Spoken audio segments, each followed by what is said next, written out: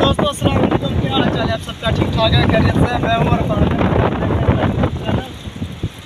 अच्छा जी दोस्तों, आज आए हुए ਅਸੀਂ ਤਕਰੀਬਨ ਬਾਈਪਾਸ ਦੇ ਨਾਲ ਕ੍ਰਿਕਟ ਖੇਡਣ ਵਾਸਤੇ ਤੇ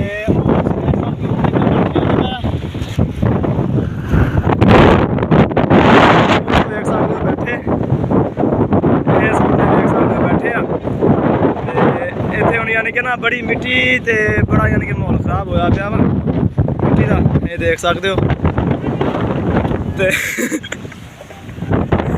ਇਹ ਤੁਸੀਂ ਵੇਖ ਸਕਦੇ ਹੋ ਜੀ, ਇਹ ਸੂਰਜ ਚੰਗਾ ਭਲਾ ਖੜਾ ਵਾ, ਇਹਦੀ ਤੂਫਾਨੀ ਮਿੱਟੀ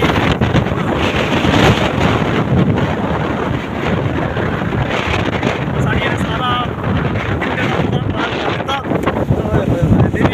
ਮਿੱਟੀ ਬੜਾ ਬੁਰਾ ਹਾਲ ਹੋਇਆ ਪਿਆ ਵਾ, ਇਹ ਦੇਖ ਸਕਦੇ ਹੋ।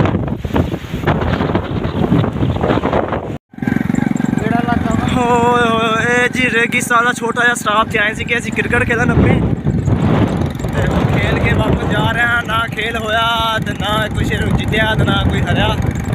ਇਹ ਜੀ ਦੇਖ ਸਕਦੇ ਹੋ ਤੁਸੀਂ ਅੱਜ ਵੀ ਮਾਸ਼ਾਅੱਲਾ ਬਾਰਿਸ਼ ਦਾ ਮੌਸਮ ਬਣਿਆ ਪਿਆ ਵਾ, ਕਿੰਨਾ ਖੈਰ ਕਰੇ ਤੇ ਕੀ ਨਜ਼ਾਰਾ ਨਹੀਂ ਬਹੁਤ ਵਾ ਅੱਜ ਚੜਿਆ ਹੋਇਆ ਇੱਧਰੋਂ ਵੀ ਬੜਾ ਯਾਨੀ ਮੌਸਮ ਖਰਾਬ ਹੋਇਆ ਪਿਆ।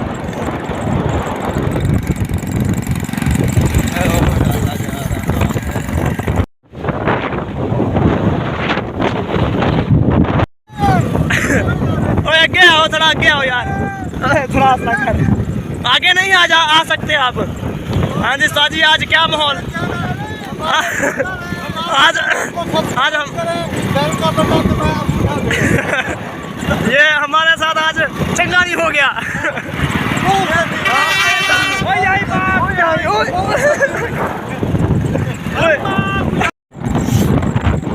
दोस्तों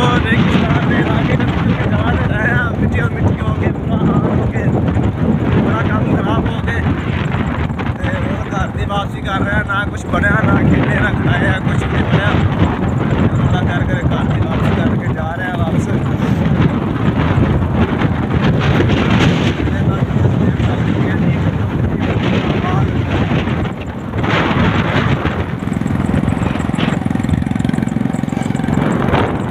पाकिस्तान है ये मेरा पाकिस्तान है, मने ओ मनिया ਲੱਗੇ ਖੜੇ ਹੋ ਧਾਮਾ ਜਾਂ ਉੱਥੇ ਜਾਂਦਾ ਧਾਮਾ ਮਾਨਾ ਜਿਹੜਾ ਸ਼ਾਇਦ ਜਿਹੜਾ ਇਹ ਉੱਥੇ ਲੱਗੇ ਹੋਏ ਸੀ।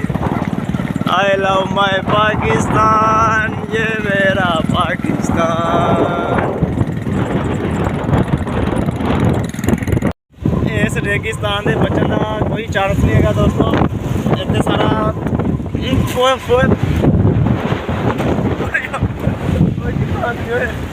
ਇੱਥੇ ਕੋਈ ਚਾਂਸ ਨਹੀਂ ਹੈਗਾ ਬਚਣ ਦਾ। रेगिस्तान तो सारा गंदा काम होया पिया। किन्ने दी कमाई खा गया साल दा? साल दे बाजरा खा गया। अच्छा जी दोस्तों, आ बच्चा फड़िया वा ते एदा भाइयां दा वा ते साल दी कमाई खा गया। साल दा जोड़ा आया सी बाजरा। हुन पैसे किन्ने लाने? पैसे किन्ने लाने?